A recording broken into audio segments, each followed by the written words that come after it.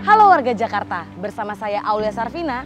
Berita Jakarta kali ini menghadirkan informasi Dinas Ketahanan Pangan, Kelautan dan Pertanian DKI Jakarta antisipasi penyakit mulut dan kuku pada hewan ternak. Tebet Eco Park menjadi alternatif destinasi wisata warga Jakarta. Jakarta terpilih menjadi tuan rumah International Publisher Association World Congress ke-33. Hari bebas kendaraan bermotor kembali dilaksanakan di Jakarta. Peminat tiket Formula E Jakarta sangat tinggi. Ini selengkapnya. Dinas Ketahanan Pangan, Kelautan dan Pertanian DKI Jakarta melakukan pemeriksaan hewan-hewan ternak masyarakat. Sejak adanya pengumuman terkait penyakit mulut dan kuku pada hewan ternak, Dinas Ketahanan Pangan, Kelautan dan Pertanian DKI Jakarta langsung melakukan pemeriksaan ke kantong-kantong peternakan warga.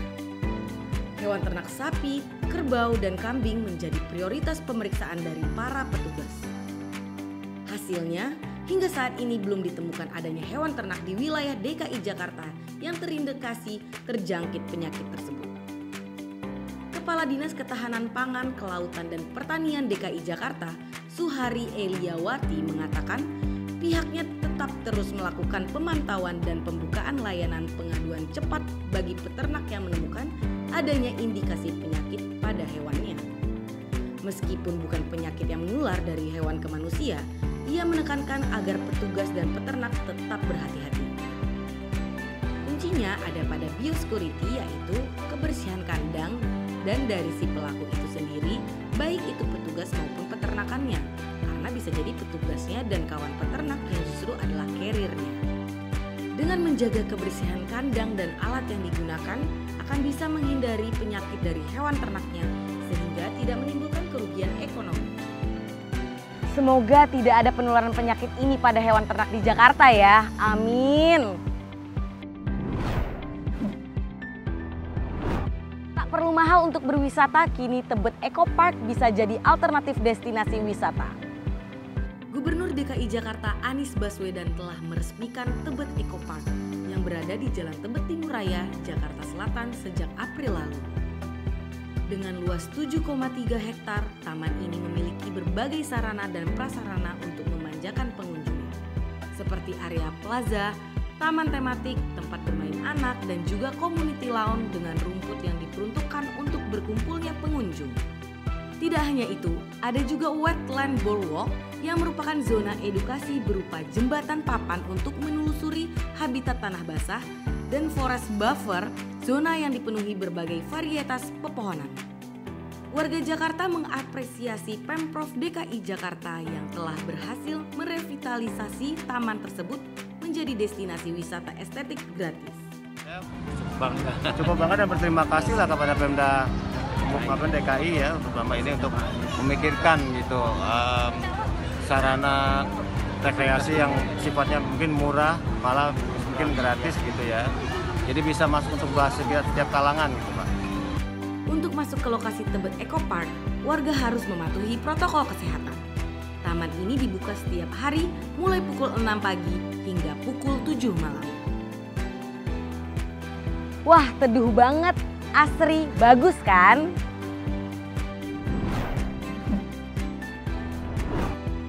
Jakarta terpilih menjadi tuan rumah International Publisher Association World Congress ke-33.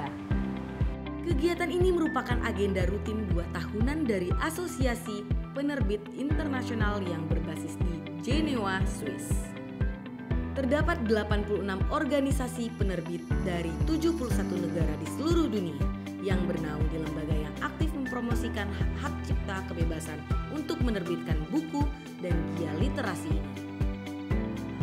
Wakil Gubernur DKI Jakarta Ahmad Riza Patria menyambut baik terpilihnya Jakarta menjadi tuan rumah ajang tersebut.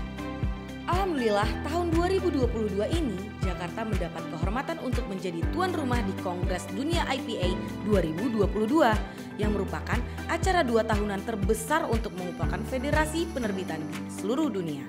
Tentunya akan membuka banyak kerjasama yang harmonis bagi para penerbit dan pelaku industri perbukuan, bukan hanya di Indonesia, tapi juga di seluruh dunia. Untuk diketahui, Indonesia adalah negara yang memiliki industri penerbitan paling produktif di Asia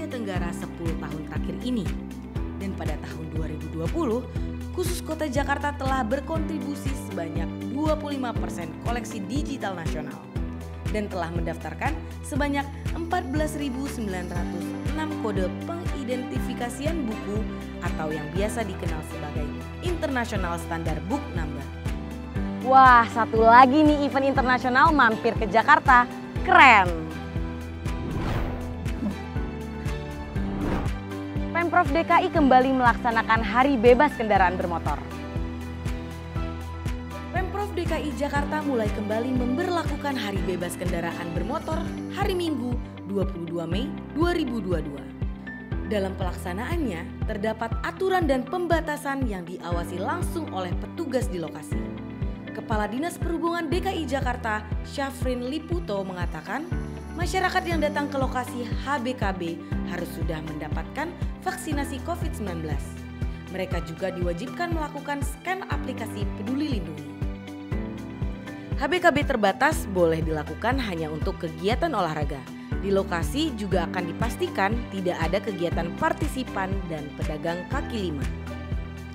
Pelaksanaan perdana HBKB sejak meredanya kasus COVID-19 berada di Jalan Jenderal Sudirman hingga Jalan MH Tamrin, Jalan Sisingamangaraja, Jakarta Selatan, Jalan Tomang Raya, Jakarta Barat, Jalan Danau Sunter Selatan, Jakarta Utara, Jalan Suryo Pranoto, Jakarta Pusat, dan Jalan Pemuda, Jakarta Timur.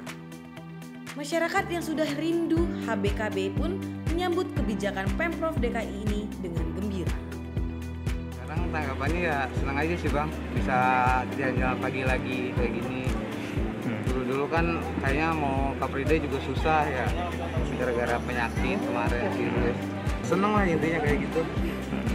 Walaupun kasus COVID-19 sudah menurun, tetap patuhi protokol kesehatan ya.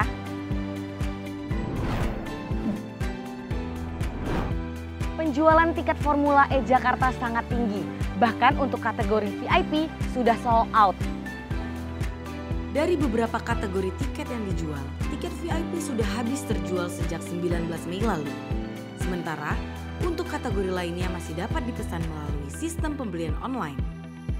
Vice Managing Director Formula E Jakarta, Gunung Kartiko mengungkapkan banyak juga pembeli tiket yang merupakan warga asing. Lebih dari 50% warga negara asing membeli tiket, sehingga diharapkan itu membawa devisa masuk ke Indonesia. Untuk harga tiket Formula E di Jakarta mulai dari Rp250.000 hingga Rp10 juta.